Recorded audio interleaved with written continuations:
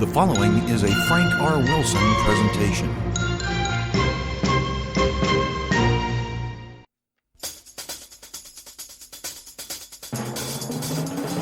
Welcome to the podcast that is making learning great again.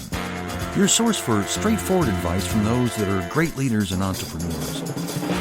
No PowerPoint slides or behavioral models here. Just simple, real-world solutions to your leadership development needs. If you're looking for the latest trends from today's gurus, look elsewhere. But if you want to learn from those that have done what you want to do, you've found it. It's time for License to Coach. I'm your host, Frank R. Wilson. Let's dive on in.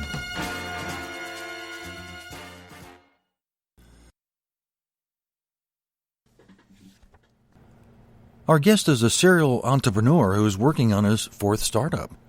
That's right, 4. He spent his career creating tools that help people reason and solve problems.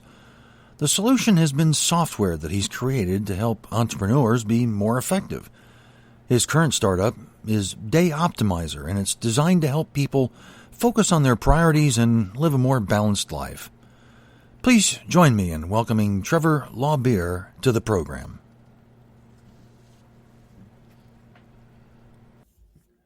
Trevor, hi. Thanks for joining us on License to Coach. Thank you for having me. It's great to be here. Oh, no, my pleasure. Yeah, no, my pleasure. And thanks to the miracles of the internet, Trevor joins us today from Berlin, Germany, which I've been to Germany many times, but never been to Berlin. And so I'm sure there's an interesting story as to how he's ended up there, and maybe we'll get to that a little bit later. But, you know, Trevor, your reputation precedes you. You've obviously been very successful in leadership and starting new businesses. And so before we kind of get into that, I was just hoping maybe you could tell us a little bit about yourself, you know, your early beginnings, childhood, where you grew up, family, that kind of stuff. Yep. So, well, and that will tie into why I'm in Germany right now. So I grew up in the suburbs of Philly, and Okay. My father is actually German, and my mother met him over here in Germany, and then they moved back to the States. And I was lucky in that my father, when I was 9 years old, bought me my first computer. And Wow. that had set the trajectory for my life. So I was always interested in tinkering and figuring out problems. And he bought me a computer. It was a Commodore VIC-20, which... Oh, yeah. I remember those. Yeah. Paltry compared to like what we have in our hands today. Absolutely amazing. And he bought it for Christmas. And of course, I spent, as a German, you get your gifts the night before, not in the morning. And so I spent all night long typing in this program. And then I think we must have left the TV on. But the next morning we had to go to the relatives. And so he's there like, we have to turn it off. And then suddenly realized that, he needed to buy a storage device. Because back then there was no way they were optional. So all that work and you couldn't save it. All that work and we couldn't save it. So he went out the next day and bought a cassette player to load and save programs. Right. And then from there, I just taught myself programming because that's mostly how you did it back then, using like books and tutorials and things like that. Right. And then spent much of my high school like exploring different programming methodologies and things like that. And from there, my first job actually right after high school was working for the U.S. Navy, developing test software for ship and submarine navigation. So I helped develop some of the software that would develop charts of the GPS satellites when we were first launching our GPS satellites. So our division was the division that was running some of the tests on that. And I'm not being judgmental, but when I say this, but this was, you didn't go to college, or at least at this time you didn't go to college. No, I did eventually go to college. I mean, this was actually in between. I got the job in between high school and college. So, and then I worked there over summers in college. I didn't go to college for computer science, though. I went to college as a physics bio major, and then switched to math so I could take art and music electives. and then eventually just dropped out. So I never actually completed college, but the foundation I had built in computer science through 10 plus years of just kind of doing it on my own, figuring it out, then allowed me to get a job in Silicon Valley in the middle of the 90s and kind of launch into the whole internet. I was an early adopter, my email, well, nowadays an early adopter. Back then the people I was hanging out with had plenty of email addresses before me, but I think my first email address was in 87 or 88. And then my first website was in 92. So by the time the mid 90s came around, I had several years under my belt of hand coding HTML, as well as, over a decade of programming skills. So was able to get a job developing web applications in the mid 90s. And then my career kind of took off from there. And it's interesting. I won't disclose exactly how old I am. People will be able to figure it out if they listen to enough programs. But I remember life before the internet. And, it's funny now we complain if we have to wait, 5 seconds for something to load. Whereas, I don't know, 20 years ago when it was a phone line or something, it was just amazing to do what you were able to do. So it's just it's fabulous how far we've come with it, and your journey is very interesting. So, how did you end up then to be based in Germany, and how long have you been based there? In adult life. So I'm not actually based in Germany. I actually live part-time in the States and part-time in Germany, part-time in Berlin. Oh, okay. So I'm primarily based in the U.S., and then I come and I'll do these 3 or 4 months sprints in Germany. I'm a serial entrepreneur. So after I sold my last company, which was my third company, my partner and I took a tour around Europe. And the idea was to do 3 months just touring all the different European countries, and then to settle in Berlin or settle in a place in Europe for the final 3 months, where I would then start launching my next business. Okay. And we did. Go ahead. Oh, go ahead. I'm sorry. I was going to say we did most of that. At the end of that, though, she had to return to the States because we didn't realize the visa laws had changed a little bit in Europe, and you can't spend more than 90 days within the last 180 days here. And it was too difficult to get her a more permanent visa for Germany. And so she went back, and because I have dual citizenship, I was able to stay. So settled in Berlin. Well, yeah, and that kind of leads me to my next question. I'm kind of curious. It sounds to me like early in your career you were working for someone else, but something must have happened that provoked you to, hey, I can do this on my own, or I can start my own business. What was it that kind of provoked you to be a serial entrepreneur, as you say? Well, I think there's two things. My parents were both entrepreneurs, so that helped a lot. My father, he worked for someone else when I was very young, but I don't remember that. By the time I have memories, he already owned his own business. So he ran a paper hanging business for many years, and then expanded that into interior design. My mother worked as a salesperson for other people often, but salespeople are kind of in this hybrid role often. They may work for someone else, but they also kind of just work for themselves, especially when you're paid on commission. And then she bought a collection agency. And so in my teenage years, I kind of helped her run the computer side of that business. So I had already, my parents kind of imbued me with a sense of entrepreneurship. And there was just never a question that you couldn't do it on your own. It was perhaps odd to go work for someone else, in fact. And then I tend to like to go to the beat of my own drum. I don't like someone else handing me a vision and telling me how to execute it. I really like to create the vision myself. I like the freedom that comes from that. And so financially, it has often not necessarily been the best thing for me to be an entrepreneur.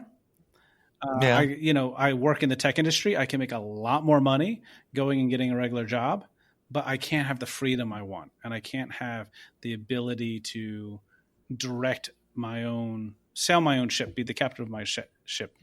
I no, I totally understand. I mean, I for years in my own career, I worked for someone else, and then all of a sudden, I just got this weird feeling about doing something on my own. I won't go into detail with it or anything like that, but and I did that for 8 years. It was semi-successful, but not financially successful, unfortunately. But I'd been hooked. In other words, I tried to go back to corporate life, and I couldn't. Corporate life had left me. I didn't leave it necessarily, and it wasn't the same. And I'd gotten so used to working, for myself that I kind of caught that bug. So that's kind of what I do now. So I understand everything that you're saying there. Yeah, exactly. It was strange when I sold my last business. Of course, I had to work 2 years for the acquirer, and that switching back into being an employee mode was strange. It wasn't as strange as it could have been because I stayed in Nashville and worked remotely. The company that bought me was up in Boston. And so it wasn't as strange, but it was still like, oh, now I'm back in a subservient role. I can give advice, but I can't lead. Right. So that was that was just a change. And so I was glad. Yeah, that's a tough transition. There's no doubt about it. I mean, yeah. Well, what is it that you think that, because you've had some success with this. So what is it you think that you have that maybe others don't, that have not been successful with being entrepreneurs? Is there something special you think that you have, or some quality or skill, or that has helped you along the way? Stubbornness. I definitely inherited that sense of grit when people talk about grit. I was lucky in a way that I was teased a lot in high school, and it was definitely a hard time for me at that point. But my mother supported me very well, and my father as well, by telling me that like I was still a good person, that like just ignore those people. You're smart, you're going to go places, don't worry. And there was always this sense of failure is a lesson, not failure as being some sort of judgment on the self. And I think that's where I see a lot of people fall down, is when they view failure as some sort of judgment on their self-worth or who they are, instead of, oh, that didn't work, let me try something else. And so I've failed a lot. So the limited success I've had has just come from just picking myself back up and going, okay, let me try something else then. Yeah, I mean, what's the story about Thomas Edison? I wish maybe you know it, but I remember he, something to the effect, thousands of times that he failed, but he hit a couple of big ones, but he had to go through all that failure in order to hit the big ones. So yeah, I totally understand it. You've now kind of ventured in, at least with your current work, getting into the things like time management and productivity and those sorts of things. So I wanted to shift to that for a moment. I'm kind of curious. What mistake do people make when they're trying to manage their time? Is there kind of one or two things that seems to always get in their way? That's a difficult one. I think the biggest mistake people make is that they don't manage their time. There is, and related to that is, people often conflate task management with time management.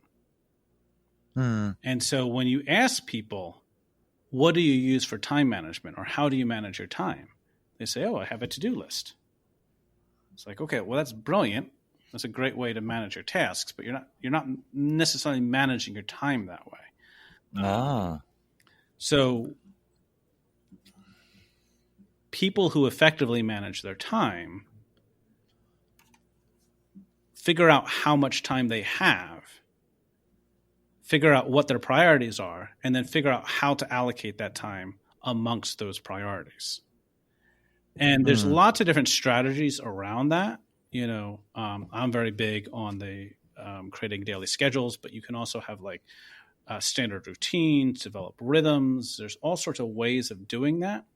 But many people struggle with that gap where they are looking only at what they need to do and not looking at how much time they have to do it in. Yeah. And I know that I believe you make references to this in some of your work, and I certainly have in my career. I've tried to help people, and I've tried to help myself for that matter, achieve what is always commonly called work-life balance. And yet I maintain there is no such thing as work-life balance. However, there is such a thing as work-life harmony. Does that make sense what I'm saying? Yeah, I think the term work-life balance is means different things to different people. So yeah, I could see True. that. Um, but yeah, it's I view it as you want whatever balance you have between your work and your life, or whatever harmony you have, you want it to be deliberately chosen, not Yep. something that you are letting happening to you, um, or not consciously letting happen to you. It might be that you decide that because of my obligations, I'm going to have a work-life balance that is not optimal, for not what I really want, but I am consciously choosing that at this point in my life. Okay, but Yeah. too many people fall into whatever work-life balance they have, like, or unbalance they have. The distribution of work and life is non-intentional, and it's not done with conscious deliberation. And I think if you can, as long as you're saying I'm choosing this, you can be a workaholic if you've decided that is what I need to do to achieve the goals of my life. Okay, Mm-hmm. like, I don't personally want to do that, but if you feel that that is going to do it, and you've just determined that that is the correct path there, sure. But you could be mistaken, and more often people say, I want to spend more time with my family, and yet they still remain workaholics. Well, then that's Yeah. an issue. Yeah. Yeah. Yeah, and I guess my point was that maybe I get hung up on the word balance. It's like, well, balance would mean 50% this and 50% that, which is, for some people, I guess it's possible. I think for the majority of us, it's very difficult. But if you can get them to work together, work and life, then that's why I came up with the idea of harmony. I'm going to ask a self-indulgent question because I'm curious about what your thoughts are on this, because this is a challenge I face, and I'm sure many of our listeners do as well. How do you beat procrastination? I mean, how do you beat it? It's just cheapers. Sometimes I'm just, yeah, well, okay, I'll get to that in a moment, and then a moment becomes an hour, and then an hour becomes a day, and then, so on. I mean, any advice for those of us out there that sometimes have to fight procrastination? So that's sort of like asking, like, how do you save a failing marriage, right? The thing there is that procrastination is a symptom and not the cause. And there's many different causes that can cause that procrastination. So depending upon the cause, you're going to treat it differently, right? Or a better analogy might be is I've got a cough or I've got the sniffles. It's like, okay, well, there's lots of different things that can cause that. So let's look at some of the causes. One common issue of procrastination is the task has a lot of uncertainty, and you just don't know where to start. So in that case, rather than starting the task, the proper approach is to say, let me try to remove some of that uncertainty. Trying to figure out what is the next step, or what is the thing that I'm uncertain about, and can I somehow remove that uncertainty to help me start with it. Sometimes it can be my mood. So one of the things I recommend is something called jump starts. So often what I say is people often confuse mood and energy, right? Yeah. And they're very different things. Energy is how forcefully you jump into something. And so you might not be in the mood for working and you distract yourself, but you go full force into that distraction. Well, the problem isn't your energy. The problem is your mood. And so how do we shift that mood? What people tend to do is they try to shift too quickly from one activity to another, or they try to jump straight into that work. And if it works, great. But if it's not working, the idea, you shouldn't just give up. It's useful to figure out, are there strategies for me to shift my mood? Because moods are fickle. If you wait 5 minutes and you let that settle, you can often let your mood disappear, and then you're able to work. So the concept of a jump start is this idea of shifting yourself into this intermediate state, this intermediate mood that then prepares you to get into the thing you want to do. So a classic one is where dress the part, right? You want to go out for exercise for a run. You don't feel like a run. Okay, put on your running clothes. But don't put on your running clothes because you're about to start a run. Put on your running clothes and then go do some other work. What will tend to happen is we will shift our mood more into wanting to do running. And now we'll go out and do a run. Another thing is to commit to doing just 5 minutes and then stopping. So that kind of like beats the whole, well, I don't want to get into an hour of this. Okay, just do 5 minutes and then stop. But then that unfinished task starts bouncing around your mind. And so then it drives you to come back. And now with a much more incredible focus. So there's many different techniques you can do to shift into different moods. I'll often use, when I want to get into a thinking mood, I'll quickly do a Sudoku or like some sort of small little mind puzzle. Clearly procrastination, right? Or distraction.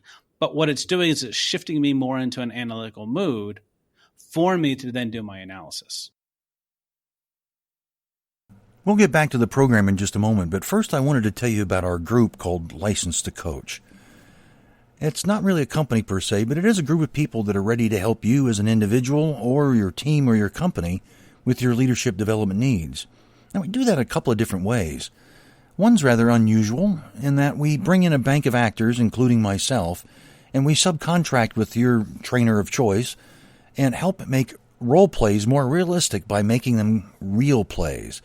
In other words, the actors play the employee so that the person who's trying to practice a new skill is interacting with someone that's a little bit more realistic. We try to make the role plays more realistic so they can become more impactful for you as a student. But that's not where it stops.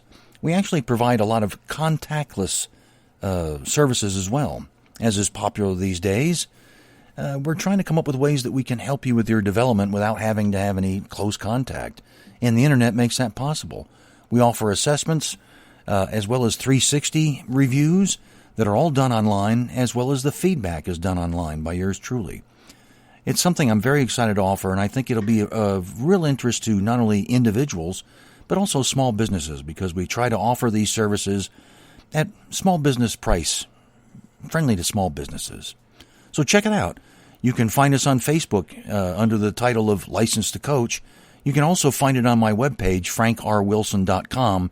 Just look at the top for License to Coach, and that'll take you to the page. That's frankrwilson.com and License to Coach. Look it up. We'd be delighted to help you.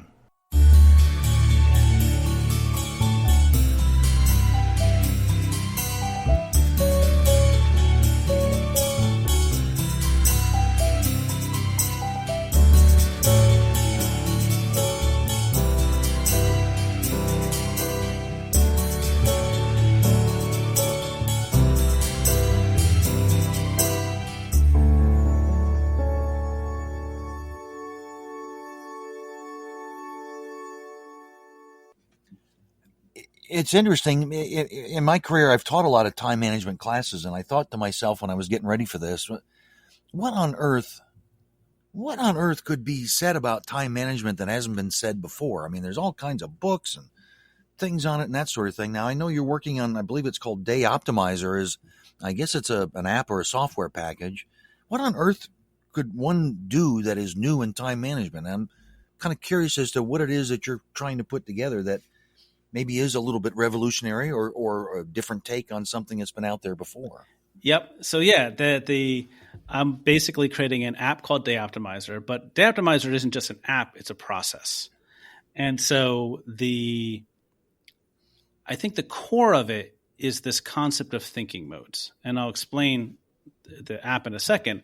But what a thinking mode is, it is a specific way of thinking that leverages certain resources in your brain. So how I'll often put it is brainstorming, for instance, is a very different sort of way of thinking than estimating, right? And our brains kind of configure themselves in different ways. And when we're constantly switching between different ways of thinking, we suffer a performance loss, a performance hit. And it can cause us to have worse outcomes. So if I can stay in the same way of thinking, it allows me to go deeper into the problem, or to use my working memory and my short and intermediate term memory to compare things in ways that I can't if I'm constantly switching. So let me actually put this into a practical thing, and I'll talk about the process of building the schedule. So the Day Optimizer process and the app is built around a 3-step process for building a daily schedule. And the 3 steps are commit, allocate, and schedule. And each of these uses a different thinking mode. So the commit step is where you write down everything you plan to do today. And to do this, you're looking at your master task list. So what are the tasks that you need to do today? You're looking at your calendar. What are the appointments on your calendar? And then you're also looking at other activities and habits you've committed to, things that are going to take up time in your day. And this goes back to that distinction between time and task management. Is lunch is an activity. And if you're doing time management, you need to account for it. But most people don't put lunch on their task list, right? It's not task management, but it's important to time management because it does take up time in your day. So writing down those things that are like lunch, exercise, etc., that are going to take up time in your day, those all go on your master list. And then you're looking at that list and you're saying, where are the gaps? What have I forgotten? Right? So this goes back to that thinking mode. This is a brainstorming mode. First, it's a selection mode. You're actually scanning and seeing what do I need to bring over. And then you go into this brainstorming mode, which is, what am I missing? What else do I need to do today that I need to make sure it's on my list so I don't derail myself halfway through the day by going, oh, yeah, I totally forgot that. So now that we have everything on our list today, we commit to doing it. This is just a little kind of psychological wording. You don't have to use the word commit, but by committing, it gives us this psychological sense that we're setting that intention to reach these as a goal. Now we go to step 2. Now what we're going to do is we're going to allocate time across those different things, across our different to-dos, based upon our priorities, right? Or based upon how long we think those tasks maybe need to get done, or how much we want to spend on time today. Because often today we're working on tasks that aren't going to be finished in a single day. They're complicated, maybe in an ideal world, we break every single task down into short half an hour, 1 hour blocks, but a lot of times we just pay taxes. And we know paying our taxes is just going to take, 10 hours to complete. So you go through and you estimate and you say, okay, this task is going to be 15 minutes. This is a half an hour, and kind of just allocate your time across the different tasks. And one of the benefits, again, this is a different thinking mode. This is where we're allocating time. It's a much more analytical thinking mode. If we thought about the the brainstorming mode before. That's a divergent thinking process. This is a convergent thinking process. We're trying to come to that one answer of how long to spend on it. Right. And by keeping those all in our working memory, we can compare them against one another's. We can say, okay, if I'm taking a half an hour for lunch, I'm going to take at least half an hour for dinner. And so this is going to help us create more accurate allocations. Because if instead what we were doing is we're just doing one item at a time, let me think about it, let me allocate a time to it, let me schedule it, let me think of another item, allocate, schedule it. We don't really have that cross-reference to calibrate our allocations. Yeah, and I can already tell how this is a unique and different approach. So I'm delighted to hear that that you're taking to it. I mean, flashing through my mind was, okay, priority A, B, and C, and then 1, 2, 3, and all that sort of thing. But I can see how this system would actually, it adds a little something to it that hasn't been there before. So I like that. Because I want to make sure I respect the time and everything. I wanted to ask a couple of other questions, if I may, and we'll get into how people can find out more about you and your products and that sort of stuff. But I love to ask this question. I haven't asked it enough yet, and I need to, because I have an opinion on it, and I don't mean to tarnish any other opinions that people may have on this. And let me just ask it straight out: is college necessary to be successful? It depends upon what your definition of success is. True. I would say that there are many paths to success that don't involve college, but there are other paths to success that require college. To do the classic extreme is, if you want to be a university professor and that is your definition of success, you better go to college. Yeah, I mean, to be a but doctor or there a are lawyer or plenty of something other- like that. But I guess my point being that people have almost, at least in the States, have sold it that, you finish high school, you must go to college. It is, it's required. And Yes. and I'm not so sure that that's right for everybody anymore. And I was just kind of curious about your thoughts on that. I don't know that it was ever right for everyone, but certainly as the costs have gone up, the cost-benefit analysis changes. So many people going to college don't go to college because they have a specific career they're looking for, a specific thing, right? So yeah, if you know I specifically want to be a doctor, like you said, go to college, you need to go there. And if you know you need to do something that requires college, great. But it has become the default path just because, quote, college-educated people make more money. But one, that's an average. And two, when you only look at the top line and you don't look at the bottom line, you might be in a worse off situation because my partner Audrey often talks about going back to her high school reunion, and a lot of the people who went to vocational school wound up then owning their own business and be in a much better place. So yeah, you learn how to go fix cars, but then you worked your way up as a mechanic, and now you own your own garage, or you own your own heating and cooling business. Right. Those can be very lucrative career paths that don't involve college, if that's what you want to do. Not only that, I mean, I don't mean to define success necessarily by making a lot of money, and I'm sure I know you don't as well. But it's this pride of it could be the pride of owning your own business, the pride of being your own boss. That might be the thing that brings you real joy, and if that's what does bring you joy, that's successful. I mean, you understand what I'm saying? Exactly. Yes. Yeah. And I was using, you're right, I was using money as a proxy because often people do that. But I completely agree. Is like, that's where I said it depends upon your definition of success as well. Because, you might want to focus on just creating art in the world. And maybe then you optimize your life so you have as much time as you can to create art. Like, there are lots of different ways of achieving success. Yeah. I'm curious because you have been successful and prolific in starting businesses and things like that. Do you Do you have any role models that, and these may be people we're familiar with, or maybe people we aren't, but I'm curious, are there any role models that have kind of influenced you in your life and in your career?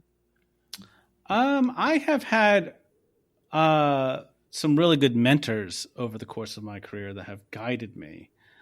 Uh, I'm not great on role models, so Okay, I and tend there to. is a difference. I understand. Yeah. I've had people who will personally guide me, but like, do I look up to specific people?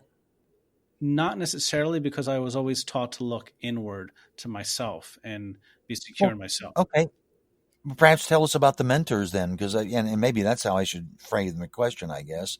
So you did take advantage of someone that was willing to mentor you a little bit. Yeah, I've always like almost throughout my life, I've had people who've kind of taken me under their wing and showed me how to work within a job, but also then go beyond that and provide kind of more like general life advice. One of my first, oh, well, my uncle Steve, when I was growing up, was a clear mentor for me, because he took me under his wing and brought me to computer shows and to the Philadelphia Area Computer Society, and really helped develop my interest in computers. He was a programmer back in the '80s, so that helped. And then my first job after college, Steve Panko was one of the other engineers there, and he basically kind of told me how working at the Navy sort of worked, but then also would provide like, different life advice. Um, and most of the time, these mentors have found me, but occasionally I've gone and seeked mentors out because I knew I needed guidance and help in certain areas. And it's okay to ask for that help, isn't it? Oh, absolutely. In fact, I think the people who are successful recognize when they're out of their depth and that they need to go out and ask for help. Yeah, and yet I think I've noticed that it's some people are not willing to do that, and it's a shame because there are people out there that would want to help you. There's organizations, networking, and all this other sort of stuff that is available to you that can help you. I mean, if as long as you're not talking with a direct competitor, there are lots of people that have been where you have and can certainly help you. And I applaud you for seeking out that help, and I would assume you're encouraging others to do that as well. Yeah, and in fact, I just had a conversation earlier this week doing for me mentoring these two people, and was recommending, hey, you should go out and find mentors. This was someone who needed some project management skills. I said, you should go out and contact other project managers and say, hey, I'm new in this area. Can you help me out? Can you give me some advice? Um, People, if you ask, are often willing to help because they also got to where they are through other people helping them. Exactly. Yeah, and it's there's no stigma behind it. I've never been shy from asking for help, and it's served me well. And you're right. I'm sometimes blown away by people's willingness to help out, and even more above and beyond what I would have expected. So yeah, I'm glad to hear that mentors have been important to you, and that mentors should be something that's important to any entrepreneur that's out there. Yeah. Yeah. Um, let's see. Is there any is there any particular advice that you would like to give to people that maybe are looking to become a serial entrepreneur, or someone that wants to have their own gig and do their own thing? Is there a piece of advice that you think that served you well that would serve them as well? I think probably the biggest thing is to continually learn and to really recognize the skill of being an entrepreneur is completely different from the skill of doing whatever you're doing. The E Myth is the book that talks about that, the entrepreneur, the manager, Yes, I've read and that. the technician. And that is an excellent book to read to give you a kind of conceptual overview. But what that means then is you're going on this journey of learning all these other skills to learn to be an entrepreneur, learning about marketing, learning about sales, learning about everything to do to run the business and to create a business. And then I will often uh, try to discourage people from being an entrepreneur by saying, like, you know, are you sure you want to do all that work to learn all that stuff just so you Mm-hmm. can work on your own? Because maybe it's better just to find a better job then, and then you can continue remaining just the technician. And that kind of tests whether people really want to do that, and also gives them the awareness. I think too many people will jump into entrepreneurship thinking that it is primarily about being the technician, about doing the work. And there's so little of that. Not so little, but it is not primarily about doing the work. And if you go into it with that employee mindset that, oh, I just need to do my job and everything will come, it very rarely does. Yeah. And you instantly flashed me back to when I was my first venture into entrepreneurship. I used to mumble under my breath, "Oh yeah, own your own business, set your own schedule." Yeah, right. I mean, you hear that a lot. Oh, you set your own schedule and you own your own business. But quite frankly, at least my experience has been, you may be able to set your own schedule, and it's basically 24/7 sometimes for a lot of us. Exactly. Yeah, you can go work your 40-hour a week job with the schedule that someone else gives you, or you can work your 80-hour week job that you decide. Yeah, yeah. Well, and again, which is why I'm glad to hear you say, question, hey, is this really what you want to do? And it's fine if you do, and it's also fine if you don't. Exactly. But you need to know everything about it before you dive in, I would guess. Yeah, it's useful to know what you're getting into. One piece of career advice I often give to people who are thinking about going into careers: to go find someone who is farther, mid to late in that career, and take them out to lunch, or nowadays have a Zoom meeting with them, and just learn what their life is like and what they actually do. Like, drill down into that kind of concreteness, because we often idealize our future goals. And if you can ground them in some reality, that can either tell you that you don't want to do it or make you double down. Yeah, no, I think that's excellent advice. And my experience has been, if you do approach someone to ask for that, they're more than willing to. Are you kidding me? To talk about themselves and their career, most people are happy to do that, and that's a great thing to take advantage of. And I think that's terrific advice. Yeah. Trevor, I can't thank you enough. I've really enjoyed this, and have really gained some great insights into some of your work, and as well as some of your insights and advice about entrepreneurship. I've certainly enjoyed it. I hope you have as well. Yeah, this has been great. Thank you so much for having me. Yeah, my pleasure. Now, where can our listeners get more information about you or anything that you're working on right now? Is there a website or Facebook page or something like that where people can kind of find out what you got going on, and especially with the Day Optimizer and whatnot? Yeah, so Day Optimizer has a 7-day trial. People can go to dayoptimizer.com and just sign up from there.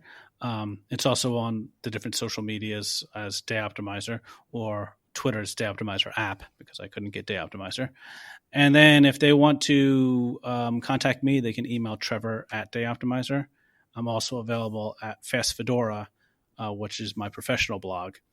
It's kind of out of date because I haven't taken the time to update the website for a bit, but it has some great old articles about entrepreneurship and virtual teams and things like that. That's okay. Yeah. Well, excellent. Again, my sincere thanks. Appreciate you joining us, and the work that we had to put in to kind of figure out a time that would work for both of us, given that we're in different continents. So, again, my sincere thanks to you for taking the time to be with us today. And for our listeners, I hope you've enjoyed it, and want to remind you too that you can access our Facebook page, License the Coach, to get all the latest information about what's happening with the podcast, as well as what I'm doing with various companies and whatnot. It's also available on frankrwilson.com, and you just click the License the Coach link. That'll tell you more about what I've got going on. So my thanks to my guest and all of you for listening today. There's, quite frankly, only one thing left to say, and that's simply this. My name is Frank R. Wilson. My time is up. I thank you for yours. Thanks for listening to License the Coach.